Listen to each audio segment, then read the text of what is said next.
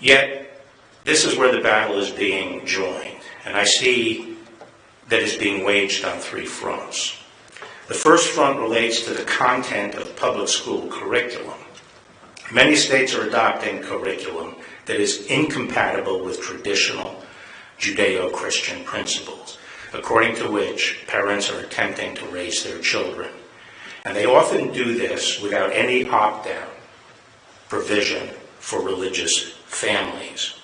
Thus, for example, New Jersey recently passed a law requiring public schools to adopt an LGBT curriculum that many feel is inconsistent with traditional Christian teaching. Similar laws have been passed in California and Illinois. And the Orange County Board of Education in California issued an opinion that, quote, parents who disagree with the instructional material related to gender identity, gender expression, and sexual orientation may not excuse their children from this instruction. Indeed, in some cases, the schools may not even warn parents about the lessons they plan to teach on controversial subjects relating to sexual behavior and relationships. This puts parents who dissent from the secular orthodoxy to a difficult choice. Try to scrape together enough money to send their kids to private school or homeschooling, or allow their children to be inculcated with messages that they fundamentally reject. The second axis of attack in the realm of education are state policies designed to starve religious schools of generally available funds and encouraging students to choose secular options rather than religious schools. Montana, for example, created a program that provided tax credits to those who donated to a scholarship program that underprivileged students could use to attend private schools. The point of the program was to provide a greater parental and student choice in education and to provide better education to needy youth. But Montana expressly excluded religious-affiliated private schools from the program. And when that exclusion was challenged in courts by parents who wanted to use the scholarship to attend a non-denominational Christian school, the Montana Supreme Court required the state to eliminate the entire program, rather than to allow parents to use the scholarships for religious schools. It justified this action by pointing to a provision in the Montana Constitution, commonly referred to as the Blaine Amendment. Blaine Amendments, as many of you know, were passed at a time of rampant anti-Catholic animus in this country, and typically disqualify religious institutions from receiving any direct or indirect payment from state funds. The case is now in the Supreme Court, and the Department of Justice has filed a brief explaining why Montana's Blaine Amendment violates the First Amendment.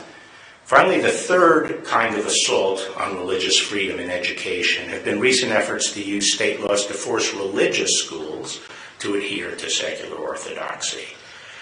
For example, right here in Indiana, a teacher sued the Catholic Archbishop of Indianapolis for directing the Catholic schools within his diocese that they could not employ teachers in same-sex marriages because the example of those same-sex marriages would undermine the school's teaching on the Catholic view of marriage and the complementarity of the sexes. This lawsuit clearly infringes on the First Amendment rights of the Archdiocese by interfering both with its expressive association and with its church autonomy.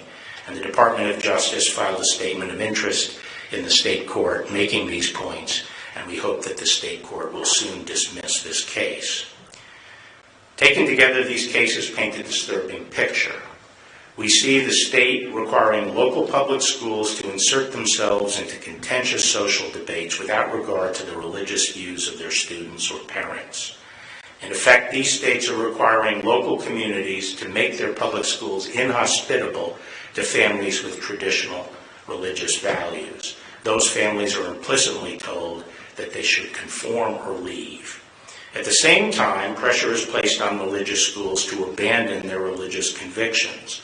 Simply because of their religious character, they are starved of funds. Students who would otherwise choose to attend them are told that they may only receive scholarships if they turn their sights elsewhere. And simultaneously, the religious schools are threatened in tort cases, and undoubtedly will be threatened with the denial of accreditation if they adhere to their religious character. What Barr is describing here is exactly what happened to Jerry Falwell Sr., who was a segregationist and argued for years that the Bible taught segregation, that the division of the races was God ordained, and that it was a matter of his religious liberty to start white Christian academies to counteract the evil of integration of Southern public schools. And in the end, because the state deprived him of funds, he had to suddenly have a moral awakening and change his views and integrate schools, including Liberty Baptist College, which is now Liberty University, run by his fascist Trump lickspittle supporting son, Jerry Falwell Jr. And so I'm sorry, William Barr, the history of progress in this country and moral awakening has always accompanied new forms of thinking, science-based revelation, if you like, from God, if you want it that way, replacing superstitious misinterpretations of the golden rule of Jesus Christ, which is to do unto others as you would be done by. And so you could flip your argument totally and say that actually this, quote, secularist onslaught is the application of actual religious principle in its most fundamental state of caring for others, rather than the other way around. You could say that, thank God, in the name of Jesus Christ, if you're a Christian, for the advance of progressive points of view which actually more closely adhere to the teachings of Jesus and how we treat others than the superficial religiosity you're talking about, your little gold-leafed black book you follow, your missal, your Catholic teachings on, quote, morality, immorality, in other words, of treating gay people like crap, and organizing your religious, quote, freedom around doing harm to the least of these and to those who are around you. It's the other way around. But that's just my point of view. Your point of view is that the state, the force of the state, should enforce religious, quote, morality by the exclusion of others. It was the exclusion of black people, but you lost that fight with the integration of the schools. And now you're talking about another awakening to sexual diversity that you're standing against in the name of religious freedom. No, there will not be exclusions. Why should religiously observant people in our culture be exempt from the rule of law? Why should white academies, whites-only academies in the South, get state funding? Why should heterosexual academies in the North get state funding? Because that's what you're talking about, heterosexual only or heterosexual staff only get funding from the state. I'm sorry, but we have a culture, a democracy that believes in the rule of law, trumping, no pun intended, religious superstition. And that's just the way it is, William Barr. Tough. Deal with it. But enough of this nonsense of pitting religious people against, quote, secular elites. It's the other way around. You, white man, you grim harbinger of a dead past, trying to cling to this through this amoral pig that you serve in Donald Trump, who wouldn't know either religion or secularism, let alone science or enlightenment, if it came up and bit him in the butt.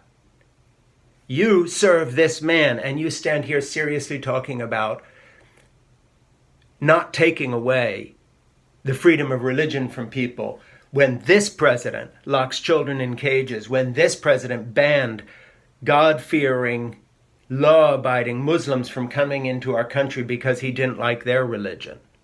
This man, who has now made common cause with Erdogan of Turkey, an Islamist terrorist-coddling dictator who is smashing democracy in Turkey in the name of creating an Islamic caliphate and arresting teachers and jailing them and having soldiers and cops who stand up against him murdered, who has now marched into northern Syria to kill Christians and Kurds who stand against him. This is the world your man Trump is comfortable with.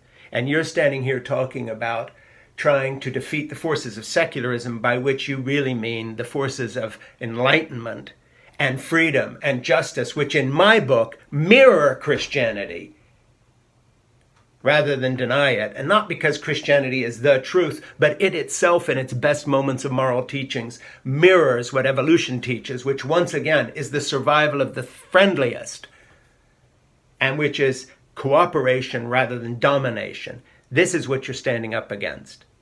So be honest and just tell us what's really on your heart, and that is desperately fighting for the continuation of the political power of Donald Trump and the Republican Party.